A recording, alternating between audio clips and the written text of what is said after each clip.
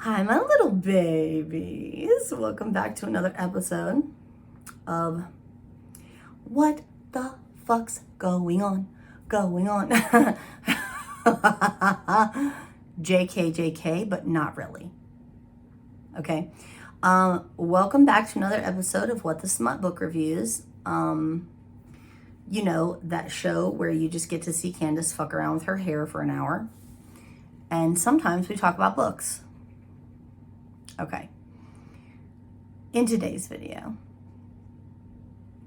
first of all, thank you so much for joining me. I really appreciate it. If you're here, you already know. There is no rhyme or reason to anything that's happening. There's no order of things. It's all willy-nilly. I'm flying by the seat of my pants. I don't even know what I'm doing anymore. Okay? So let's move on. In today's video,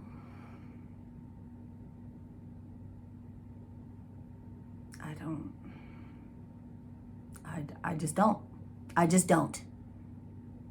don't. Okay? Do you? No, you don't either. Nobody does. Okay. So, in today's video, we're back in Amo land. Amo, however you want to say it. We're back in Amo land. Why did we come back here? Well,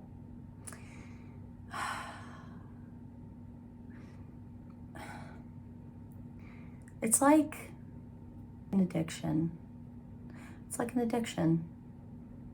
It's like when you try drugs for the first time and you're just like, I know this is bad. I know this is bad for me. It's not good. It's not good for me. Because it's got me all fucked up. And it does. Got me all fucked up. But I need it. For some reason, I need it. And so I'm gonna come back again. I'm gonna get more. Because I have to. Does that make sense? Does that make sense? I think it does. So anyway, my shirt's crooked. I don't know why it's driving me fucking nuts. Okay. Okay, so in today's video, kids, we're gonna be reviewing the second book in Amo Jones's Elite Kings Club series, and it is called The Broken Puppet. That should be the thumbnail. No, I'm not gonna do it. The Broken Puppet. Okay, now, I have some beefs. God, this fucking rabbit. I have some beefs.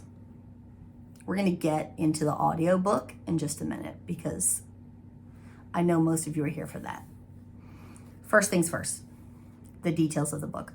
This book and all of the books in this series are free to read with Kindle Unlimited. If you have a Kindle reading device, you can pay $9.99 a month and get KU, and you can check out all of these books from their virtual library, and you can read them for free on your Kindle device. Okay, moving on. If you want to purchase this book for your Kindle, you can do so for the price of $2.99 right now. If you'd like to buy this in trade paperback, you can get it right now from Amazon for $16. That's a pretty decent deal. This book does not come in hardcover, which is funny because if I'm not mistaken, The Silver Swan, which was the first book in this series, was offered in hardcover.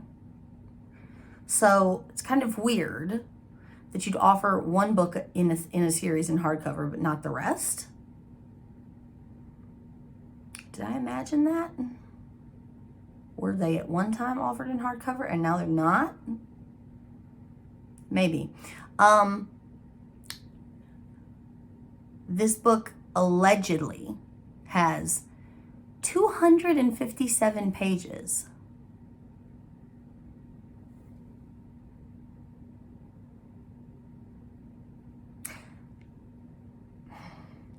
Okay, this is my first beef.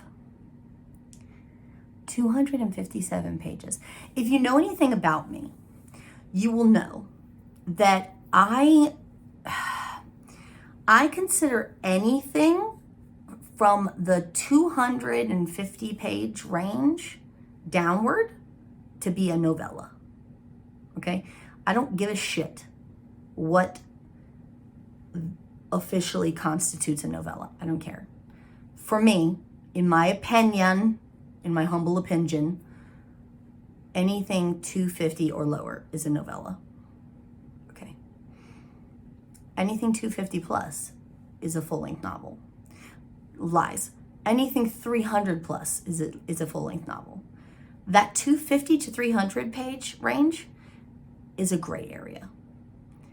This book being 257 pages is literally straddling the line of a novella. When I read this and or listened in audio format, it felt like it took me a million years to get through this book. Partially because I suck. Oh, Amo, I'll give you that one. However, it felt significantly longer than 257 pages. I don't have the physical book in front of me. I don't own it. It's on my wish list, but I don't own it. So I can't argue with Amazon about this one, but I really want to, because I want to be like, that's not right. It doesn't sound right. So if you own this book in trade, please check for me and tell me, is it actually 257 pages? Because that just don't sound right, brah. That don't sound right, brah. I'm sorry. It doesn't. So let's move on to the audio. Okay. I'm going to try to keep this as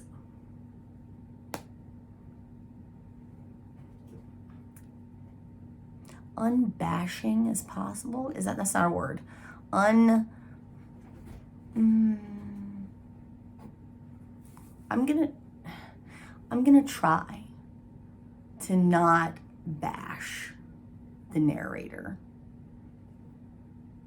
but it's gonna happen. I'm sorry, it's gonna happen. Okay, so this book is available in audio format. If I'm not mistaken, all of them are available in audio format. They're all narrated by the same narrator. Her name is Lucy Rivers. I don't know her. I've never heard her voice in anything else. I can't speak to whether or not she has another tone in anything else in real life. I don't know if this is the persona she put on specifically for these novels. I can't say. You know why? Because Candace doesn't do her research. I don't do research.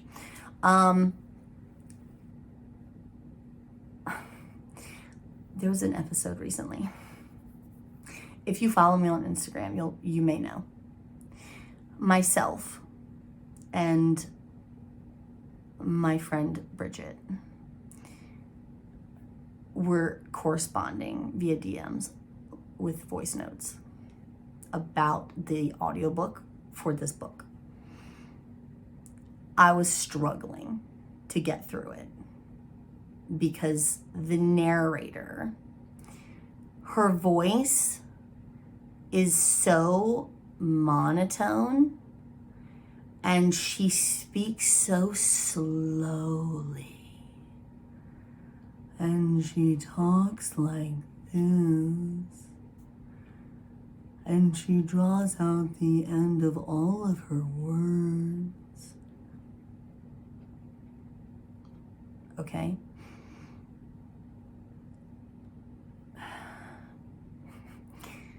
In those clips, we drug her so bad.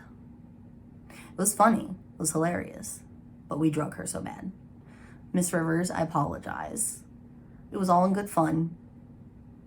And we were just kidding. But we did you a big disservice because we fucked you up.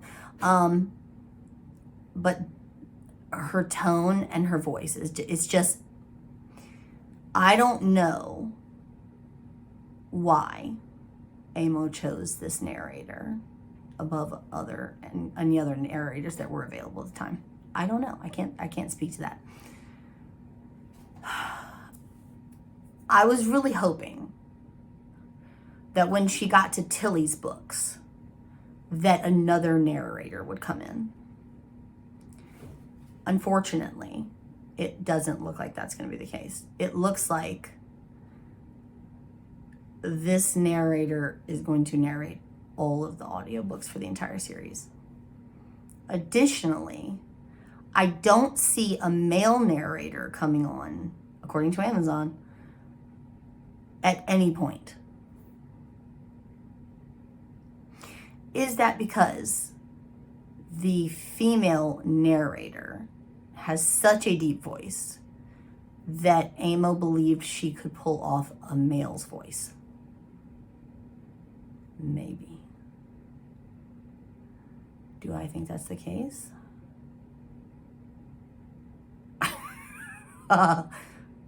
Maybe.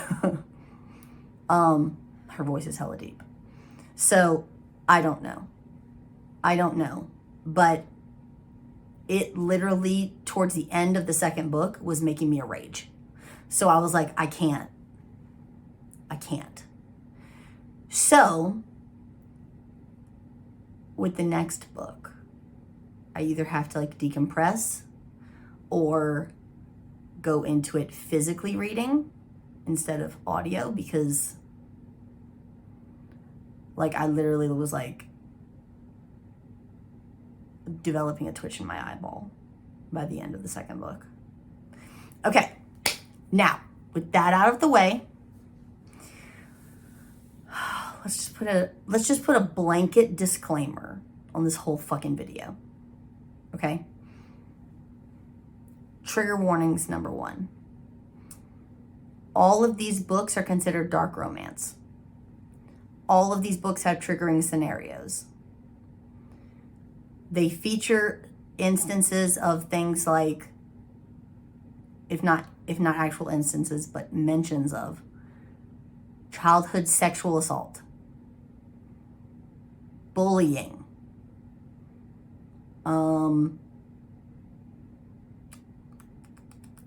I don't know, domestic violence maybe, I don't know.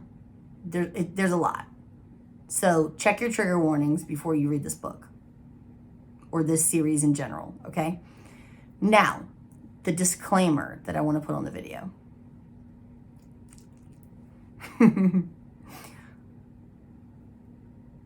I don't know what the fuck is happening in this series as a whole. I don't know what's happening at all.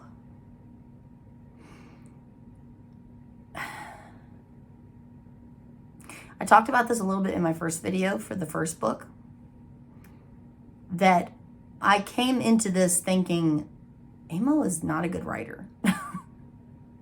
I don't like her writing. I don't like her writing style. And then that morphed into, maybe it's not that she's not a good writer. Maybe I just personally don't like her writing. Maybe I just don't like her style. I just don't like her writing style. And then that morphed into, maybe it's not that I don't like her writing style. Maybe I just don't like the way that she plots her books. And I said, if I had to describe the way that Amo plots her books, it would be 80% of no significant plot. The last 20% crammed full of plot. Plot twist, plot twist, plot twist, plot twist, punch to the face. Okay? Right. Now, this book is no different than the first book. It's literally mundane stuff for the majority of the book. And then at the end, everything is happening at once. And I was literally left like this, scrambling. What the fuck is happening? Okay. There are still several things that happened at the end that I did not understand. And I literally had to message Bridget, and I was like, because she has read all these books. I was literally like, what is this? What are they talking about? What is happening? And she explained it to me, and I still don't understand. So maybe I'm just stupid. Maybe that's the case. I'm just stupid. So, yes. So bottom line is, I'm going to be relying very heavily on my notes for this video, because to physically remember, I don't remember the most basic of plots. So to physically remember this clusterfuck of a plot, no. There's a fucking gnat in here and it's driving me insane. No. Okay? So, that's my disclaimer. If you see me doing this, that's why, because I'm looking at my goddamn notes. Okay? So here we go. Let's read the blurb, and then we're going to break it down as best we can. That's all we can do. Okay. So the blurb for this says, in quotes, I thought I knew who I was, but I was wrong. The Silver Swan, number one. A girl who is tarnished, tainted, one who does not fit into the confinement of legend. The Silver Swan. 2. Madison Montgomery. I was lied to. I was cheated. Resigned to pick up the scraps of empty memories and disarrayed thoughts, I left. After finally cutting the strings of manipulation, I resorted to do what I've done since I was a child, something my father drilled into my brain since I could handle my first rifle. Run. I'm a mere shadow of the girl they all knew. Lies and deceit change you. They alter your entire outlook on life. I'm Madison Montgomery, and I want to play a game. Here's what happens when I win. Riddle me this, Mads. What goes bump in the night, but is something you can't see with sight? You may run and you may hide, if by happily ever after you mean Bonnie and Clyde. Okay, see, that's the fucking shit I'm talking about. What? I'm sorry, what?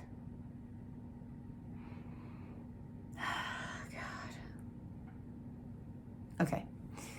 If you remember from the end of the first book, Madison has just found out that she is the Silver Swan. The Silver Swan is essentially, to recap, a girl child born into one of the first 10 families of the original families, founding families of this town, when they are not supposed to be giving birth to girl children. The girls are supposed to be disposed of. They're only supposed to have boys. Okay. So if a girl is born and she reaches maturity without being killed, she's known as the Silver Swan. Madison is the Silver Swan. Okay. So now she's just found out that she is that Silver Swan. And she's had her like a mini breakdown and freak out, jumped in the car with her best friend Tatum, and has went to the bank, drew out a bunch of money, and they're on the run from the Kings. And her father and Bishop, her wannabe boyfriend, his father, because his father is in league with her father. Okay, so they're on the run. They're hiding out. Okay, so that's what's what at the end of book 1. Book 2 opens on a flashback scene of Madison being sexually assaulted as a child. So it's like I'm not sure if it was a flashback scene or if it was a dream, but she has like these memories of being with this man and being molested. Okay. So present day, they've just left the house. They've run. They go to the school where they meet up with the librarian who originally gave her the book. The book that's the journal that was kept by the wife of the original founding father, Humphrey, who fucking started all this bullshit to begin with. The woman, the librarian, hooks her up with a contact who will make her and Tatum fake IDs and passports to get them out of town, okay? Or out of the country, basically. They run to the bank. They draw out all their money. As much money as they can scramble together.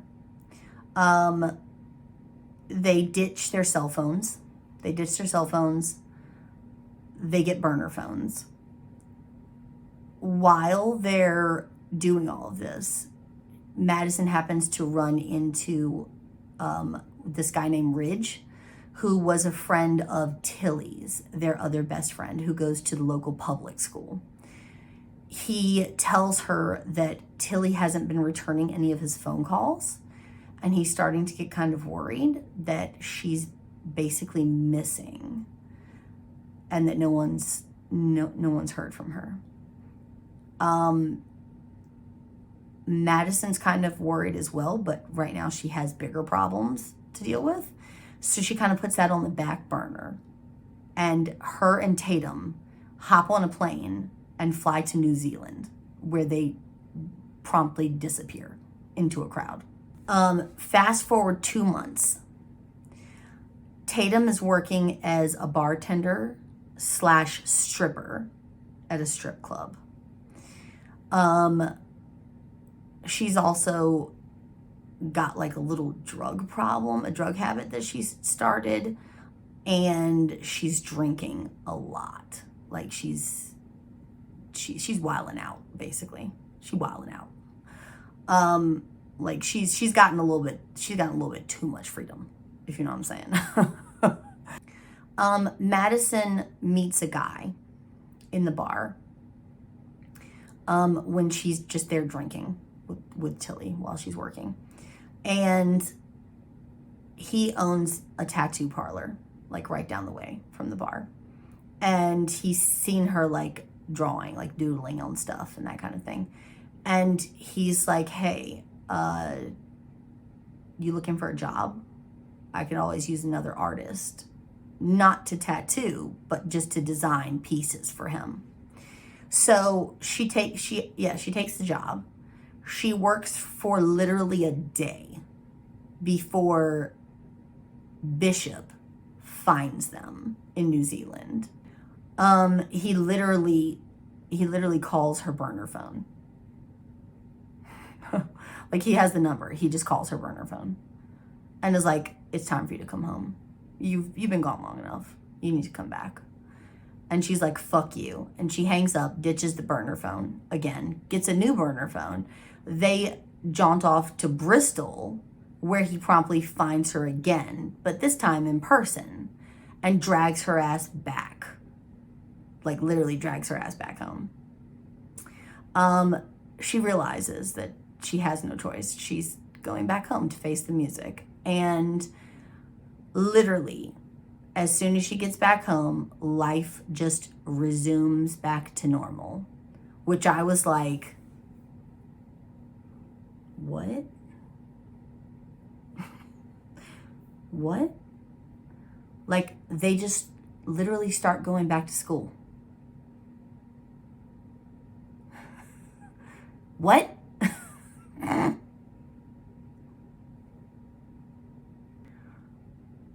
The only thing different about her life when she comes back is she's now having nightmares, which are not actually nightmares, but are like flashback dreams of her sexual abuse, childhood sexual abuse, of being sexually abused by a man named Lucan, who refers to her as Silver.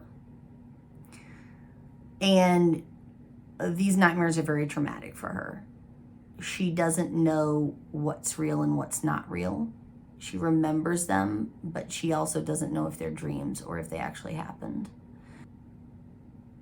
During the course of like directly after, shortly after she gets back and they're back into their routine, Nate kind of admits that he's in love with her. If you remember, Nate is her stepbrother. Bishop also admits that he has feelings for her. However, he takes it a step further and says that I can't have any weaknesses. I can't exhibit any weaknesses when it comes to my life and my father. So while I may have feelings for you, I can't act on them beyond anything beyond just sex, because if they find out that you mean something more, then obviously they'll use it against me. She continues to read the book that she still has and that she had the entire time that she was running. It's revealed in the book by Katya, who is the woman who wrote the book, Humphrey's wife, that the reason that they killed all of the girl children was because they believed that if a silver swan was ever born, that she would hold too much sway over the other kings. Which, in a sick way, I guess makes sense, because, I mean, unless she was like dog-ass ugly, she would be very powerful family-wise, like familial-wise, and monetarily. Like, she'd be from a very wealthy family. And she would be very sought after if she was good looking by the other kings. So I guess in a way that does make sense. But still, you're still killing girl babies. Fucking asshole. She also finds out that Tilly has been missing since her and Tatum left. When Ridge came up to her before they left and said that Tilly wasn't returning his phone calls, she never resurfaced after that. She's been missing for more than 2 months. No one has heard from her. After all of the stress, Madison decides she needs to get away. She needs to get away. She's gonna go to a place that her and her father used to go when she was little. He used to take her to this place that was kind of like almost like a country club, where he would take her shooting. And so she goes. She runs into a woman there who works there, apparently. And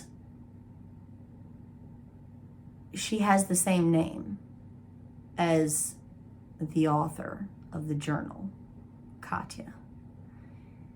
And this resort is filled with boys, like, that work there, boys around her age, like children, not children, but like, you know, young men. She meets one that she feels like an instant connection to. His name is Damon. She finds out later from him that he's her twin brother, and he is what's called a lost boy. So again, in Humphrey's sick, twisted world that he's created, these rules he's created, not only are girl children destroyed, but the first the firstborn of the children will be like the kings or whatever.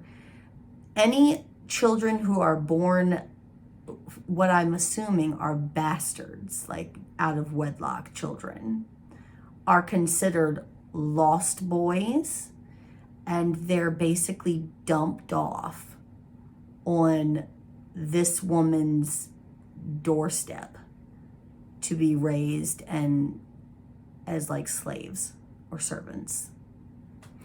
That's in present time. Back in the day, I believe they were like killed. So Damon is very subservient, but weird. Like he speaks very strangely. Like English is not his first language. And he's timid, but he appears to have psychological issues. Like maybe split personalities or something like that. Madison convinces him to come with her when she leaves. He's hesitant, obviously, because if he leaves, he'll be in some serious shit. But he goes with her because she's not hearing anything else. She's like, I'm not having it. Let's go. You're my brother. You're not staying here with these fucking people. So he goes. He leaves with her, and she takes him back home to her house. And Bishop and Nate are there waiting for her. And they're like, what the fuck are you doing? You can't bring him here. And she's like, you knew that I had a brother, a twin, and that he was there with those fucking people, basically being a servant. So Bishop and Nate are like, yeah, we knew, but you can't keep him here. He's dangerous. And she's like, no, he's not. He's my brother. He won't hurt me. I know he won't hurt me. And for all intents and purposes, it appears as if that is true, that he's not mentally stable, but he's not a danger to Madison. He does not have like ill intent towards her. Whether he'll flip a switch accidentally and murder her in her sleep, who knows? But he won't intentionally, like maliciously harm her. So they're insistent he needs to go. He's dangerous. She's not hearing it. She will not hear it. So he ends up staying in the house, and she goes to school like she normally would. While she's at school one day, Katya shows up, picks her up, makes her get in the car with her, and is like, basically has like a little chat with her, and is like, I want Damon back. Give him to me. And she's like, Madison's like, bitch, no, fuck off. And Katya's like, oh, okay, all right, cool.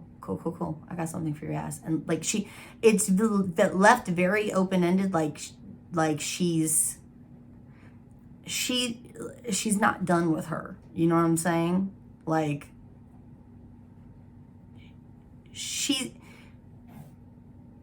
I can't tell if she's somehow done some kind of voodoo magic to be the same woman who's still alive, or if she's a descendant of the original Katya. I don't know.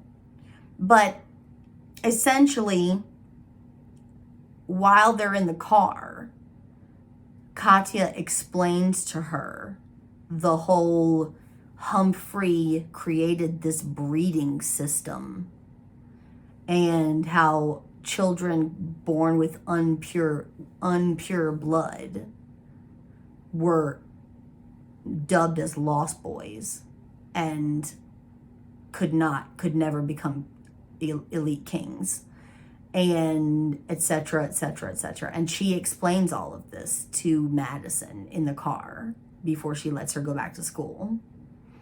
And later on,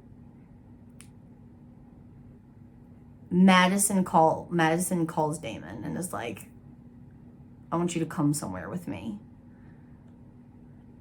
He's like, okay.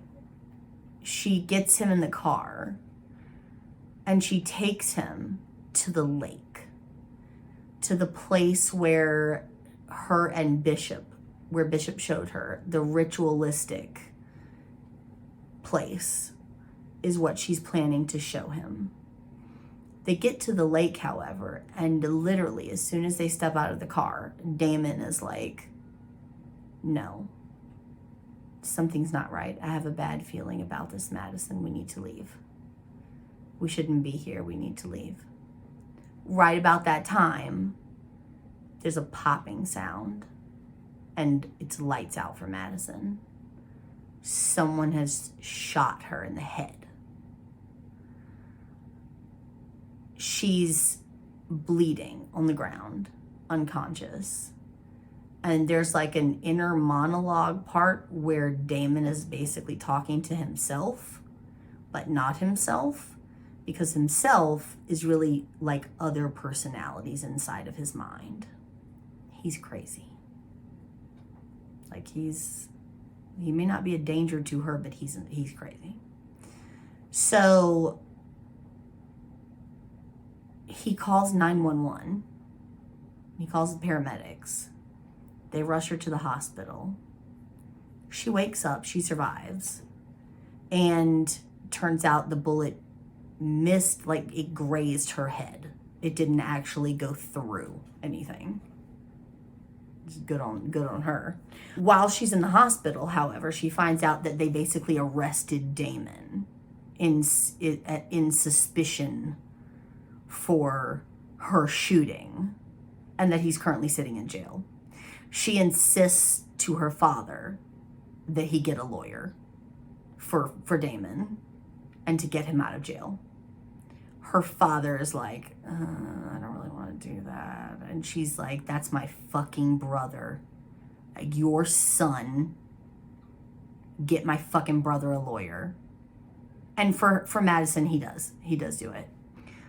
She gets out of the hospital. She goes home. Bishop has prepared this entire huge feast of food in her bedroom, waiting for her, which is like super nice, cute gesture, which is very un-Bishop-like. And he stays with her. And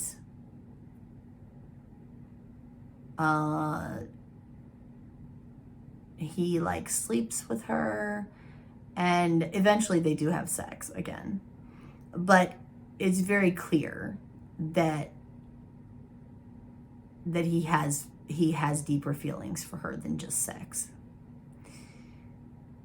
And after she's healed up, the next day, she takes the bandage off and she's fine. It's like a couple little stitches. She's good to go. And she gets dressed, and they decide that they're going to go to a party at Carter's house. Tatum and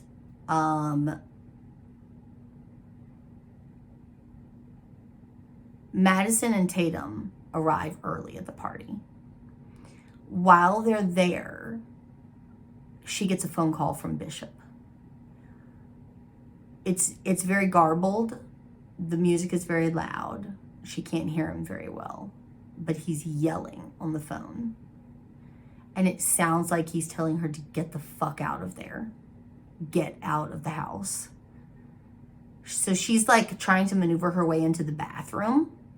Like, I don't understand. I can't hear you. What are you saying? Hold on a minute. I can't hear you. She maneuvers her way to the bathroom. And she's finally like, what? What are you saying? And he's like, get out of the house. I'm on my way there. Get out of the house right now. She doesn't hang up with Bishop, but before she can get out of the house, she runs into Brantley, who's another one of the kings. Brantley has never liked her. Brantley, in fact, in the first book, loathed her, openly hated her. So when she runs into him, he's like, hey, is that Bishop on the phone? And she's like, yeah, he told me I need to leave. And he's like, okay, cool, you can hang up. You can hang up now. I'm here. I'm going to take you outside to meet him. Let's go. We need to get out of here. And he's acting like very like one of the team. I'm part of the team. Let's go. I'm here to get you out, right? She's sus because you're being too nice to me, fucker. Like, I don't trust you. So she doesn't hang up with Bishop, but she puts the phone in her purse or her pocket or whatever. And she follows him, like he maneuvers her, basically manhandles her outside and into a waiting limo that's parked at the curb. She gets into the limo and Bishop's father is in the limo. They drive to the cabin, and when they get to the cabin, two figures come out of the cabin, and it's Brantley's father, Lucan, who turns out to be Lucan, the guy who sexually assaulted her as a child, and a second person, a girl who is revealed to be Kale's, Bishop's first girlfriend, who's supposed to be dead. When she sees Lucan, she has an immediate like flashback scene of Lucan taking her through a building or through a house to a room with a bed and a camera set up with like ring lights and stuff, and a little boy sitting on the bed. And she remembers having to do stuff with the little boy, or the little boy doing stuff with and to her while it was being filmed. And after she has this flashback scene, she realizes the little boy on the bed was Brantley, and that he was also sexually molested by his own father and made to appear in these films and just fucked up in an untold number of ways. It's about this time that the rest of the kings show up. Lucan puts a gun to Madison's head and is like, yeah, no, you're not killing me. Nothing's gonna happen to me, or Madison dies. To further her trauma, because holding a gun to her head is not enough, Lucan proceeds to tell her that she's actually adopted, and two of the kings, two of the other boys, two of the other elite kings, are actually her brothers, and that her parents are not really her parents. And that this entire time Bishop knew that she was adopted. At this point, Bishop shoots Lucan. Madison grabs a knife and stabs him, turns the knife over to Brantley, who literally pulverizes his father's face. Like, he literally makes fucking potato salad out of this guy. He takes out fucking 18 years worth of rage and pain and hurt and trauma on his father's face. And he just goes to town.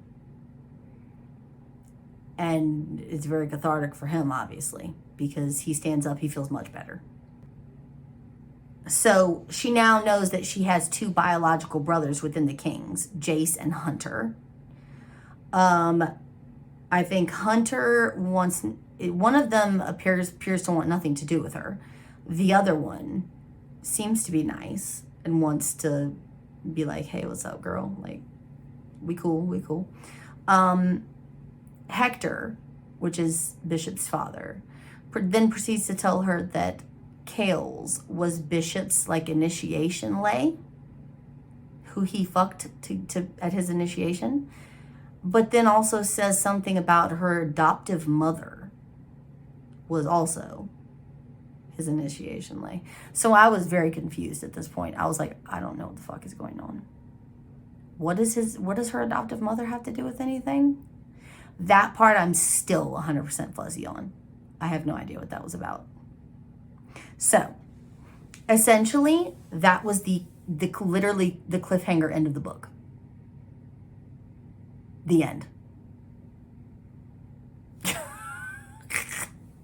So, if you're confused, imagine me. Literally like this.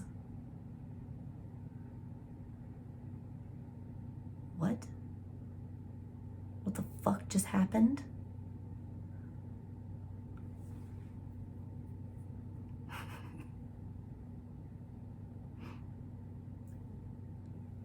I don't know. So, for the rating for the book, I gave it a solid 8.5. If I understood anything that was going on, I'd probably give it a higher rating. Sorry, Amo. But yeah, I think that's about it. I think that's, anything else? Anything else? I don't know. Anyway, would I recommend this book and this series to other people? For people who love dark romance, for people who love suspense and plot twists and being kept on the edge of your seat, yes, sure, why not? Definitely.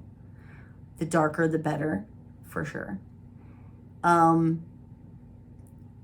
But you have to have the mental fortitude to be able to decipher what is happening. Because if you're used to contemporary romance, rom-coms, Regency romance, straightforward plots,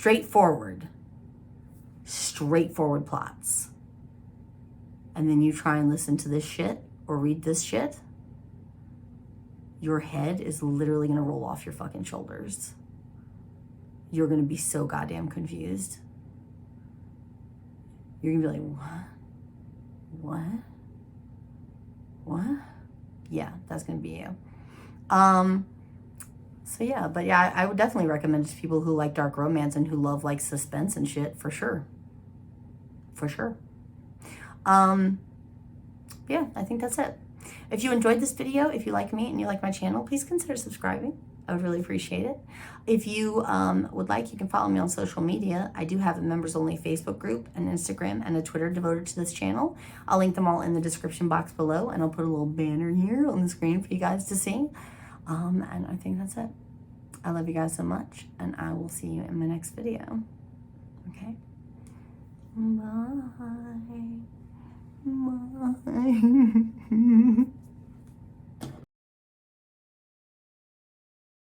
Not sure why every single video starts out with me looking orange and terrible, and then something happens and it like auto corrects my tone, and I end up looking over the course of the video airbrushed and nice and even, and I don't know what the fuck that's about. Isn't that some shit? Anyway, okay, let's get into it, because look, my nails kind of match my lipstick.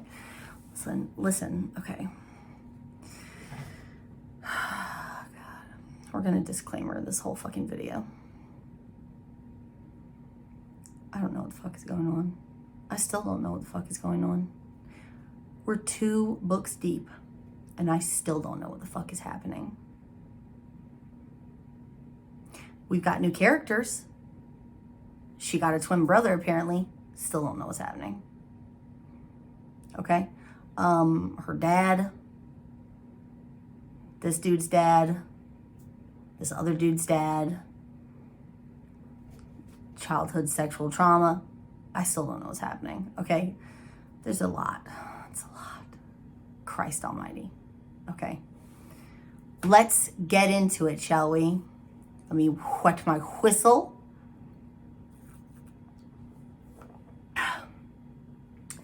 Ice, ice, baby. Dun, dun, dun, dun, dun, dun, dun. Okay. It's all going in bloopers. Don't call me. Don't text me. Leave me the fuck alone. I'm trying to record a video. Okay. All right. Here we go. Okay.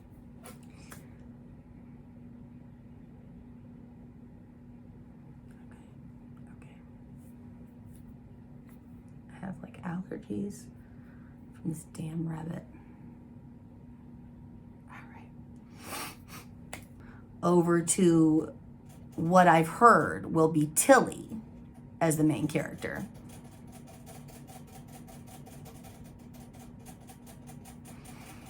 I can't.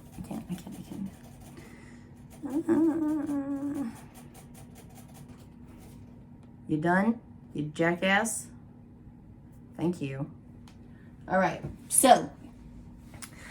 Can talk my way out of anything. Bob entitled action, we find the defendant. Guilty, guilty. Okay, all right, here we go. I resorted to do what I resorted to. 8.5. Oh, I haven't done this in a long time. Ready? So satisfying. It is so satisfying. Like, it's so satisfying to be done. Like, these reviews hang over my head like a black cloud. I love reading the books. I hate doing the reviews. Like, I love sitting down and chit-chatting and, like, making jokes and whatever. But just the idea of needing to do the review, like, I need to film. I need to put on makeup. I need to do my hair. Yeah, no. It's fucking exhausting just thinking about it. But the broken puppet is done. Come on, Madison. Rub it with me. Bridget. Oh, Bridget. Bridget. That fucking shit will live down. That will go down in infamy for me. I can't. Rub it with me. For anyone who has not listened to those voice notes, go to my Instagram right now. There are 3 separate posts and listen to them in their entirety. Like, actually click on them so that they expand so you can hear the full things and listen to them, and they're fucking hilarious.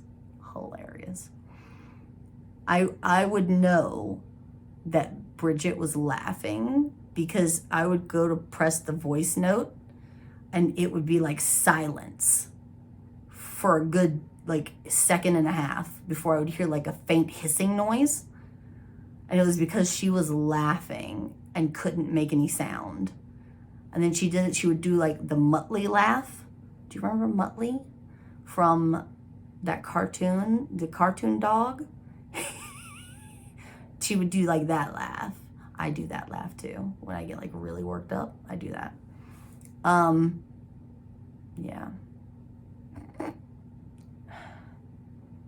Hilarious. Anyway, I love you guys so much. And I will see you when I see you. My next videos are probably going to be ranting videos and maybe some blooper videos. Those will be fun. I love you.